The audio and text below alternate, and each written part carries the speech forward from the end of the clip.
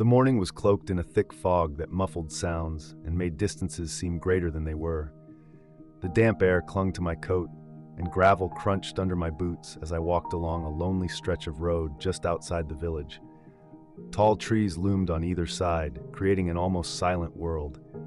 That's when I heard it, a sound so delicate that it could have been just my imagination. It was a faint, broken mewl. I turned towards the ditch, and there she was. A cat, barely distinguishable as one, curled up like a fragile bundle of bones covered in dirty fur, trembling with each shallow breath. Flies buzzed around her ears, her eyes, and the wounds on her body. Her mouth opened slightly again, letting out another soft cry that barely broke the stillness. I felt a lump in my throat. I'm not sure why I stopped. Perhaps it was guilt or something deeper. But despite her condition, despite the dirt and the proximity to death, she looked right through me, as if she had been waiting for someone to notice her before it was too late. In that moment, walking away wasn't an option. Kneeling beside her, the awful scent of decay mixed with the cool morning mist overwhelmed me. Her frail body shook under my touch, and the flies scattered for a moment before returning to her wounds. Even though she felt ice cold, there was still a faint pulse, a sign of life hanging on by a thread. Gently I lifted her, feeling her brittle bones shift beneath her tangled fur. My heart raced as I whispered softly, "You're okay now, I've got you." The words felt uncertain, almost for my sake more than hers. Yet as her weak cries faded, her half-open eyes seemed to search mine, full of longing and hope. The walk back to the village felt longer than it should have. My breath came in quick, anxious puffs as I held her small body against my chest. Questions swirled in my mind. Could she survive this? Where had she come from? How long had she endured alone? When I arrived at Elena's farmhouse at the edge of town, she stood in the doorway with a look of concern. She hurried toward me as I carefully unwrapped the cloth I had used to shield the trembling cat. Elena's face changed as she focused on the cat. "Mate," she said quietly, shaking her head. "She's in awful shape, but she's fighting." I gently placed the frail cat on the table in the cozy, warm kitchen, surrounded by medical supplies and the soft hum of heaters. Though Elena's expression softened, an air of tension lingered between us, a shared understanding of the uncertain path that lay ahead, balancing hope and despair. That morning, the shelter was mostly quiet. The sounds of space heaters and the occasional rustle of paws echoed softly, along with Elena's quiet muttering as she prepared warm saline. I settled cross-legged on the floor next to the table where the cat lay, observing the rise and fall of her ribs. She hadn't moved, her eyes barely opened, yet she was still alive. Elena worked methodically, carefully trimming away matted fur, applying ointment to her sores, and cleaning grime from her mouth and ears. "She's been out there for a long time," she murmured. "There are maggots in the wound. She's septic, but if she's made it this far, there's a chance." The mention of chance resonated with me. As the hours passed, we discovered more. Ilinka, the shy teenager who volunteered with Elena on weekends, noticed a pair of glowing eyes peering out from the woodpile outside. One cat, a large black one with a long scar over one eye, hissed and retreated, while a striped kitten darted into a crevice in the wall. By noon, we had 3 more cats, each dirty, hungry, and wary. Elena turned to me. "They're part of the same colony," she explained. "You've stumbled onto something bigger than just one rescue mission." Radu, a local farmer, walked by and glanced at the line of carriers outside the shelter. He scoffed, saying, "Waste of time. Some things are better left to nature." Deep down, I couldn't agree with him. Seeing that struggling cat's spirit sparked something in me. She hadn't given up, and neither could I. 3 long days drifted by under a blanket of gray clouds and restless thoughts.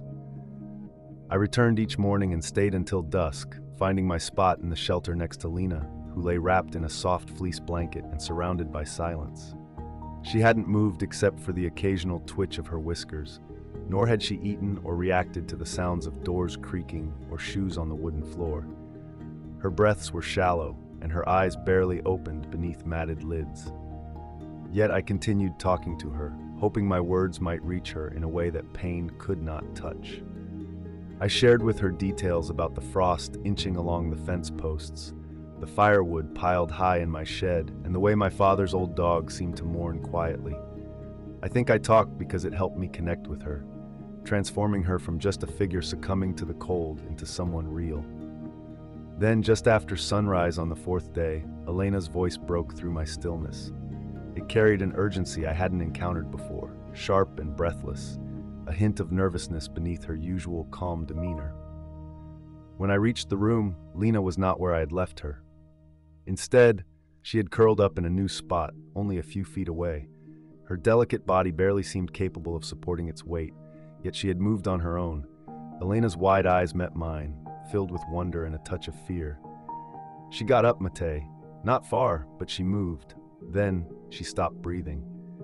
Her words came out in a hurried whisper, as if she was still processing what had happened. Lena's heart had stopped, and her body lay still for what felt like ages, while Elena, who had once held dying people in her arms as a nurse, recognized that familiar chill of death. But then, unexpectedly, Lena had taken a breath, as if something inside her had fought its way back from the edge, refusing to let go just yet. I stared at Elena, unsure of what to say, and then I noticed Toma, the elderly tomcat we had brought in 2 days prior. He was pacing back and forth in the back of the shelter, looking like a shadow. His ears were flat, tail twitching, and his gaze was fixed not on us but on Lena. Each time she whimpered, Toma froze in place.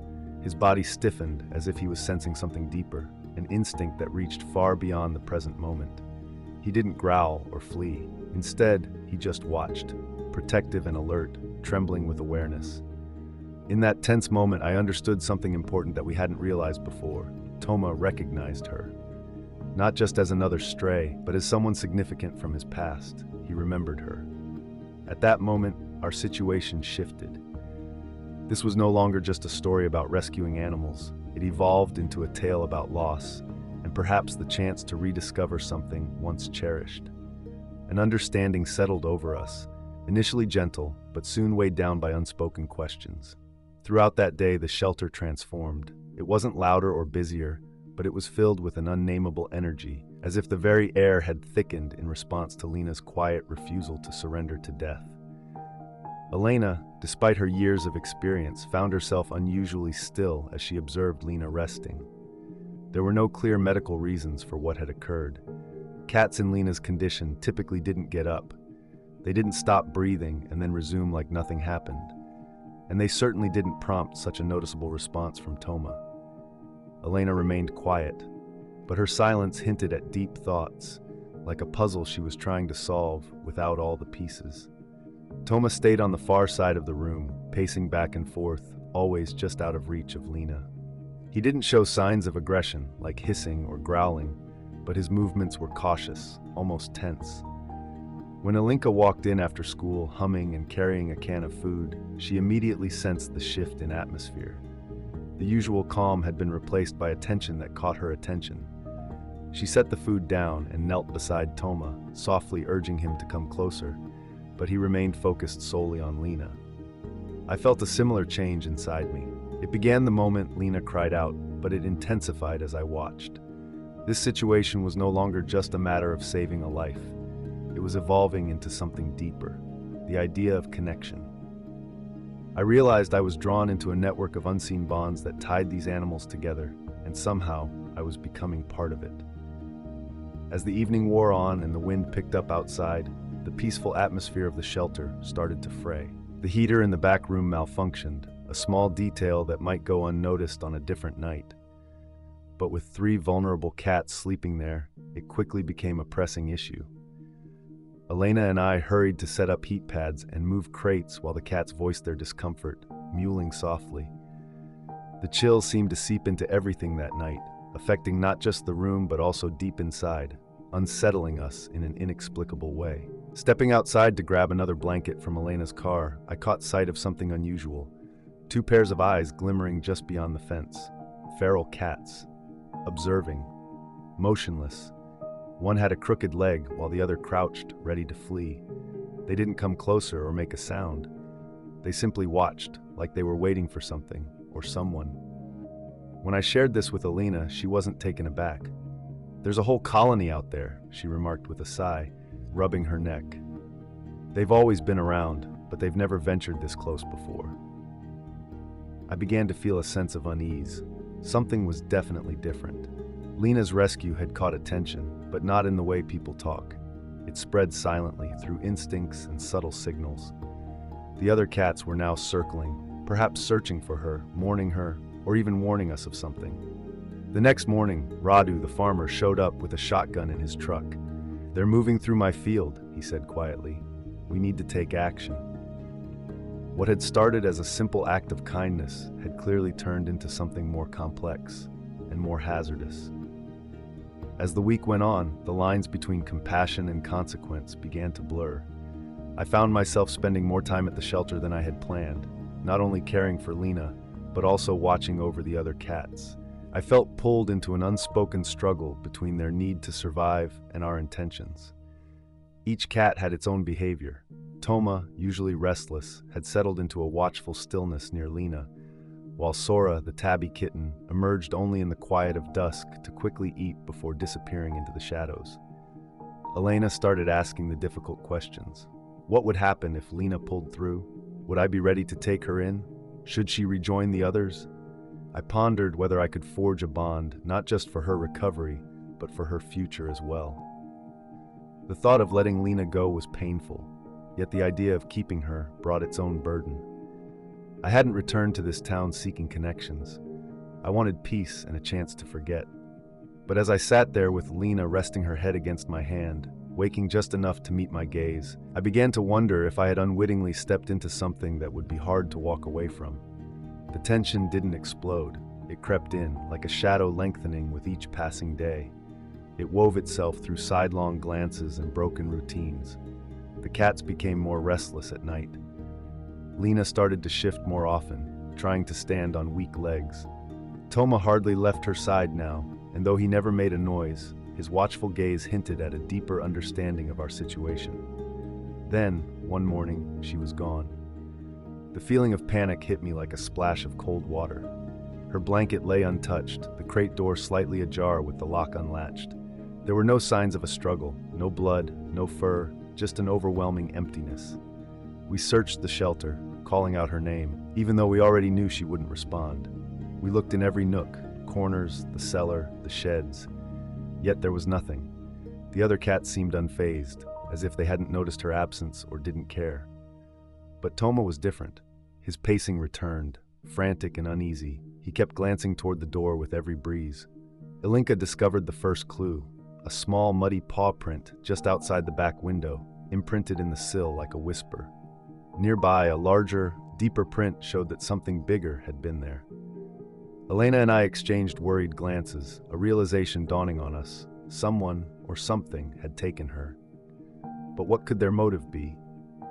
Equally troubling was the question of how they knew where she was hidden. The line between what we had rescued and what we had unintentionally invited into our lives began to blur. It felt as if the forest was watching us, its presence heavy and unnerving. Days went by, each one soaked in a somber air that hung over the shelter like a dense fog. Our daily routines felt off-kilter, and every sound seemed amplified. Even the cats were behaving differently. Toma, once restless, now sat motionless, fixating on the door Lena had exited, as if he were straining to hear something only he could detect.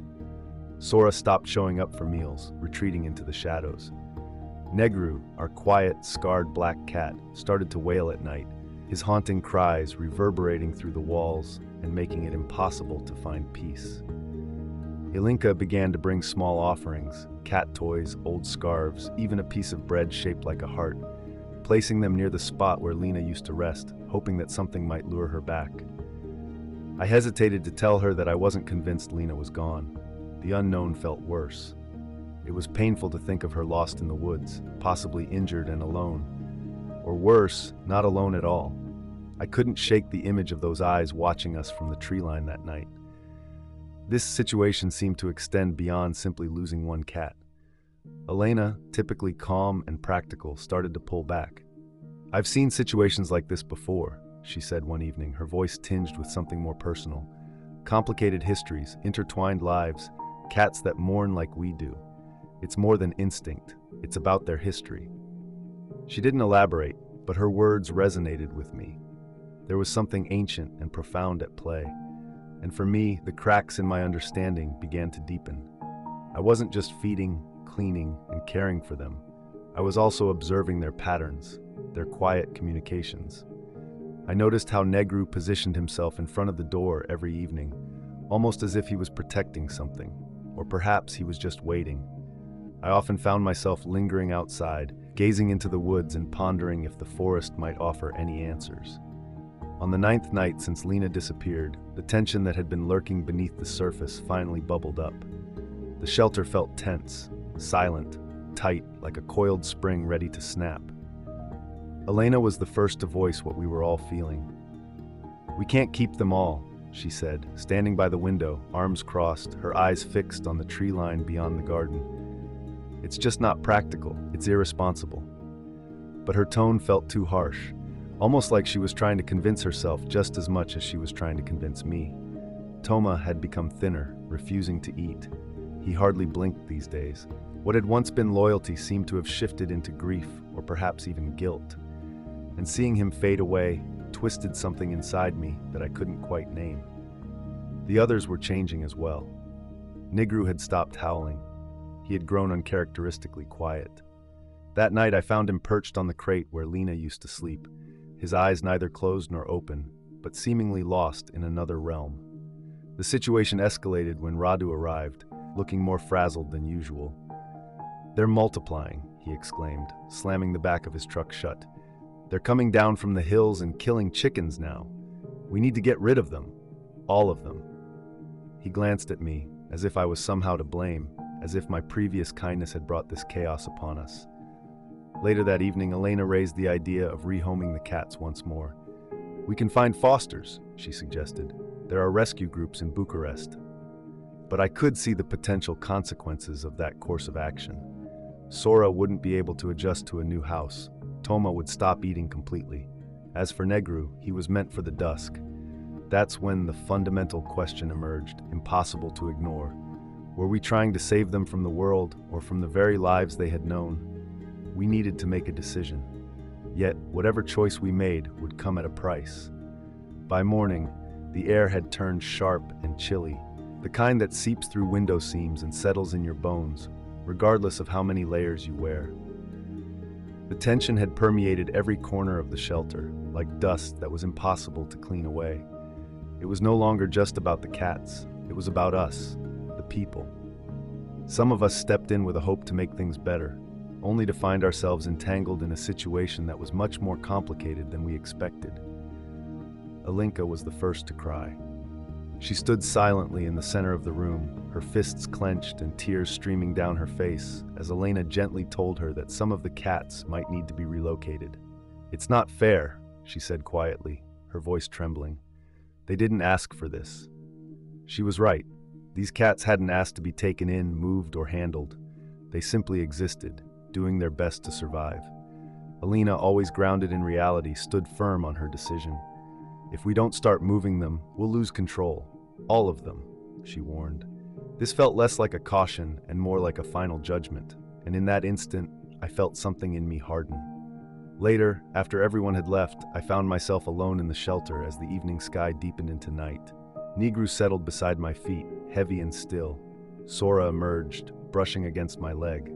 Toma, however, chose the empty crate where Lena had once curled up, remaining motionless. At that moment, it hit me. This wasn't only about saving cats anymore, it was about who we were willing to become for them. Were we caretakers, intruders, or simply fearful of what might happen if we let go? That night, sleep eluded me. I lay awake, listening to the wind scrape against the roof, while the shelter creaked under the weight of choices none of us wanted to face. Every sound outside tightened my chest, the snapping of branches, the crack of frost, the distant bark of a dog. My thoughts kept drifting back to Lena, her desperate cry, her body surrounded by flies, and that extraordinary moment when she opened her eyes and fought her way back from the brink of death. I had never put much stock in signs, but that memory haunted me. It felt like an unanswered question. By dawn, I was back at the shelter. Everything looked the same on the outside, yet there was an undeniable shift in the air. The cats were awake, restlessly alert before I even walked in. Toma stood near the door, something he rarely did. He wasn't pacing or meowing. He was simply watching and waiting. Then I noticed it. The back gate latch was slightly ajar. Stepping outside into the frost-kissed yard, my gaze fell on the faint prints in the soil. Small and delicate, they wove across the ground before disappearing into the trees. Lena's prints. But beside them were larger, deeper imprints. They didn't belong to a human and weren't entirely feline either. Something bigger was out there. I walked along the path that led to the edge of the forest, where the trees stood closely together and shadows settled in like a lingering presence. In the clearing just beyond the first line of trunks, I noticed something unexpected. Pair after pair of eyes. Not just one or two, but many, low to the ground, quiet and observant. A rush of emotion surged within me. Was it fear or awe? I couldn't quite tell. Yet I understood that this was a pivotal moment. Lena hadn't been taken away. She had returned to something beyond our grasp. The forest seemed to pose a question to me. Not in spoken language, but through its very essence. Was I prepared to venture forth? Without giving it much thought, I stepped into the woods. The cold air wrapped around me as branches reached out to snag my coat and frost crunched beneath my boots. The forest absorbed the sounds of my footsteps, making each step feel more like moving through breath rather than air. The tracks were clear, Lena's small paw prints alongside larger, heavier ones, beckoning me onward like a train of thoughts I had hesitated to pursue before. The deeper I ventured, the more the world I knew began to fade away, replaced by the soft whispering of the wind through the trees and the steady rhythm of my heartbeat. The clearing wasn't expansive, just a slight depression in the ground where leaves had gathered, bordered by fallen logs and beams of morning light streaming through the branches like strands of gold. And there she stood, Lena. She appeared thin, yet she was upright, alive. Her coat was dull, but her eyes were wide, fixed on me with a recognition deeper than any bond I had ever experienced. Then others appeared, a group of cats with torn ears and unkempt fur, each with bright, watchful eyes. Negru, regal and quiet, stepped forward from the underbrush, and beside him was Toma. I hadn't even realized he had followed me. They didn't flee. They remained there, still. They welcomed him. They accepted her, and in some way, they accepted me too. This wasn't a rescue anymore. It had shifted into something else entirely. A return, a crossing of boundaries, a choice made in the silent understanding among us all. I crouched down slowly, extending my hand, not to reclaim Lena, but to convey, without speaking, that I had come to understand. Some beings aren't meant to be caged, even in kindness. Some thrive not because they are saved, but because they choose to endure together. At that moment, I released her, not with sadness, but with a sense of respect. I walked back to the village alone, but I didn't feel lonely in the same way as before. The walk back through the forest felt just as quiet and cold, but something had changed in that stillness. It wasn't that the ending was easy, rather, it felt honest. As I reached the edge of the trees, I paused to glance back, not really expecting to see anything, but yearning to leave a piece of myself behind. Somewhere past those trees and the frost-covered ground, Lena was alive, not merely surviving, but embracing life itself, surrounded by those who remembered her, those who had waited. She didn't fit into our world full of walls and cozy blankets, where intentions were good, but often misguided. Instead, she belonged where survival held deeper meaning, where it was earned, understood, and shared among those who experience it together. Back at the shelter, the atmosphere felt lighter. Toma was still missing, but gradually, the rest of us began to find our rhythm. Negru, in his quiet presence, became more than just a pet. He was a watchful guardian, standing firm in a silent way. Sora started to feel more at home. She could be found lounging on windowsills, chasing sunbeams, her initial skittishness giving way to what appeared to be trust. Elena stopped discussing the idea of relocating. Even Radu, though he remained serious in his warnings, refrained from threats. The village had sensed the disturbance we had caused, and somehow, even the most doubtful among us seemed to understand that something profound had brushed against us and had chosen to leave us safe. As for me, I decided to stay, not just in the village, but in that moment of stillness. Each morning, I walked the forest path, not in search of something, but keen to listen. The mission had never been simply about saving a life. It was about witnessing one, recognizing it, and allowing it to continue beyond us. Lena's plea for help hadn't just saved her from despair. It had stirred something deep within me and slowly brought it back to life. Sometimes healing doesn't mean bringing something home. Sometimes it means knowing when to open your hands and let nature keep what was always meant to be its own. If Lena's journey resonated with you in any way, if it caused you to pause, remember, or feel a connection to something wild and authentic, then I hope you carry that feeling with you. These narratives don't always come with tidy endings. Often the most impactful moments leave us pondering rather than providing clear answers. Perhaps that's the essence of it all. If you've ever rescued an animal, you understand that not every bond fits within the confines of a home. Not every farewell signals a loss, and not every cry for help needs a cage as its conclusion. If this story touched you, I'd love for you to stick around and subscribe. There are many stories waiting to be shared. Some of them may be challenging, others can be uplifting, but all of them are genuine. Consider passing this on to someone who could use a reminder that quiet miracles still exist. And if you have a story to tell, perhaps now is the moment to share it. As we continue, remember to stay attuned to the unspoken messages around you. They're still present, just waiting to be heard.